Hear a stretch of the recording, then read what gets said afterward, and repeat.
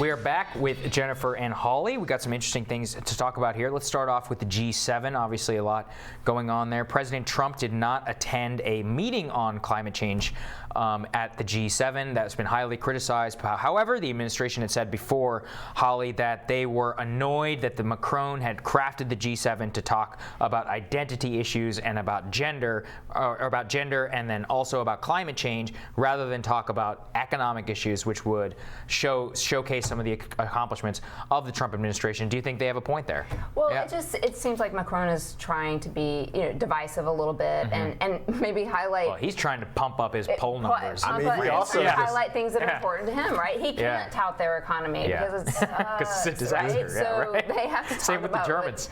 Exactly. Yeah. So it's unfortunate that they can't all. I mean, the economy is so important. The global economy is really important. I mean, we've got China in a really interesting position right now that we can make some big progress on our tariff war. Like, why aren't we talking about that? I don't. It's about his legacy, and he knows he's not going to be able to do anything on the economic front, so he's got to find something else, and I think that's why. So Jen, I feel like Macron went into beast mode a little bit this week. I feel like he came in to body Donald Trump as much as he could. He found his mojo, right? Yeah. Like after the president, it seemed a little bit of a bully on the world stage. He takes people and pushes them very hard on the issues that he wants to push them on, whether it's how much they pay for international organizations or whatever. But Macron not only set up an agenda that was around these issues of social issues, he also brought in the Iranian foreign prime minister to come in. Foreign minister, I'm sorry, to be on the kind of periphery of the meeting and have. I mean, he really seemed to push his agenda onto the president. The president does not seem to like things like that very much. I mean, there's a couple things going on here. I mean, first, we have to stop letting Donald Trump and the Republicans define the language we use, right? We keep talking about, he's talking about identity, politics, and gender, right? We want to talk about civil rights. That's what this is about for a variety of constituencies. That's first. Two, the unmitigated gall of the Trump administration to call climate change a niche issue is beyond comprehension, while the Amazon is currently burning, right? So you've got all the world leaders, on the national stage talking about important issues.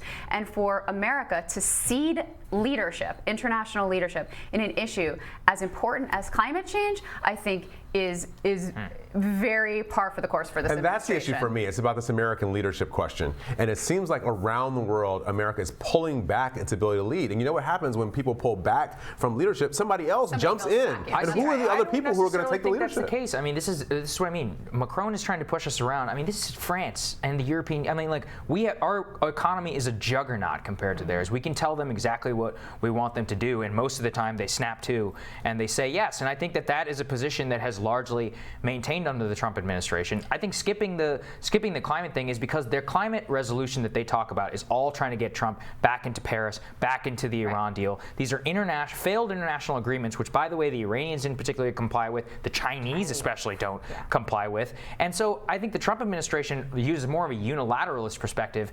I mean, who can accuse us of going soft on China? We slapped them with $500 billion in tariffs.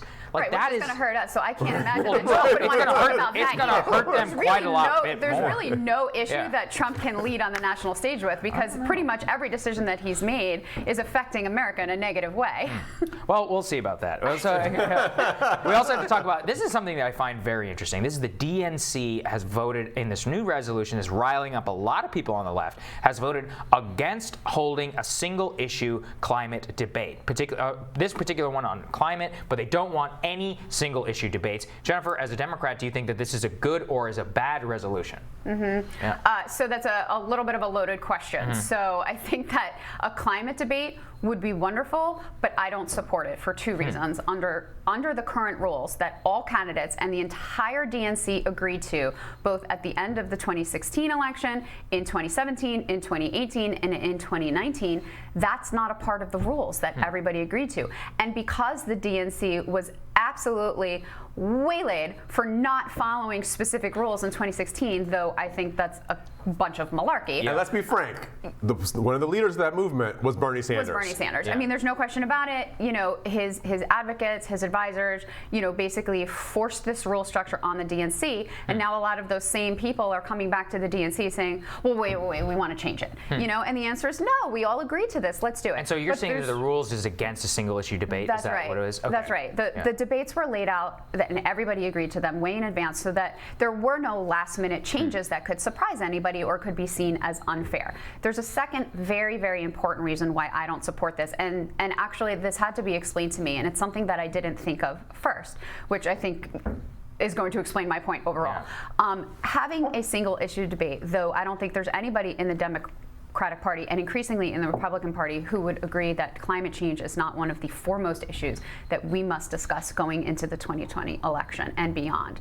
But there are also other unbelievably important issues facing America and the Democratic Party right now, one being equality, two being race issues in America. And I think that there's a lot of folks from communities of color who are saying, wait a minute, it's unbelievable privilege and perspective to say that the only single issue debate that we should have as a Democratic Party is a climate change debate. Because yes, while climate change is an existential threat to the world and America, there are other issues that folks perceive as existential threats to their existence. And I think that we need to acknowledge that concern before we move forward on the whim of a few people who are basically being very vocal. So Holly, you see this debate, and what do you think when you watch the Democrats having a conversation like this? I mean, gosh, I wish the Republicans were having a primary so we could have fights. Yeah, it's great. But actually, I think you're right on that issue. I mean, and it actually is the Republicans' perspective on climate change. Like, of course we want our planet to be healthy. Yeah. We really do, but not at the cost of destroying our economy or some of these other issues going untested or unchallenged. So what's the Republican plan to do it that you guys believe? The Republican Party denies that climate change existed. That's not true. But here's my what is the Republican plan to handle the issue that you think won't destroy the economy? I'm just not sure if there's any plan at all. I'm so sorry. I don't understand your question. The Republican plan to address climate change that will not destroy the economy. So look, is there a Republican plan? First of all, even if we did everything there was to do as Americans, if we had the strictest climate controls, the Chinese and the Chinese Indians are would still going to destroy it. Okay, so what's the Republican plan? So what we need to do is make sure we have a strong economy and that we hold other countries accountable. And then when it's an even playing field, then we can start increasing our climate policy, but it has to be global. If the president wants to hold other countries accountable, he can start with Bolsonaro. Is the president holding other countries accountable on climate change? Does he have a plan to hold other countries accountable on climate change? You're putting the cart before the horse. We've got. I'm just asking you what the Republican plan is. But we have to be on level footing economically first, and then we can start doing that. One thing I do want to get here, Jennifer, there's a lot of accusations right now that Simone Sanders and the Biden campaign were behind this resolution in order to protect Joe Biden because he has voiced more of a middle ground support for climate policy. Do you think there's anything to that? I don't. I really don't. I wish that we were as Machiavellian as a lot of people accuse us as being, because we might win more. But no, I don't think there's anything to that. I think that that's like internal gossip in politics. I just think that this is, and I'm not denigrating, the way the Sunrise Movement feels about climate change. It's obviously extremely genuine, and we need to listen to them about it. But this is not the way to do it. Okay. Well, we have to leave it there. Thank you so much to you both. Thank really you appreciate for being here. Thank you. Team Rising. Tomorrow on Rising, friend of the show, Paul Glastris, will tell us which college campuses are the most inclined to get out and vote. And KB will have more of our interview with Senator Bernie Sanders. I'll be watching that, and Team Rising will be here. See you later. See you tomorrow.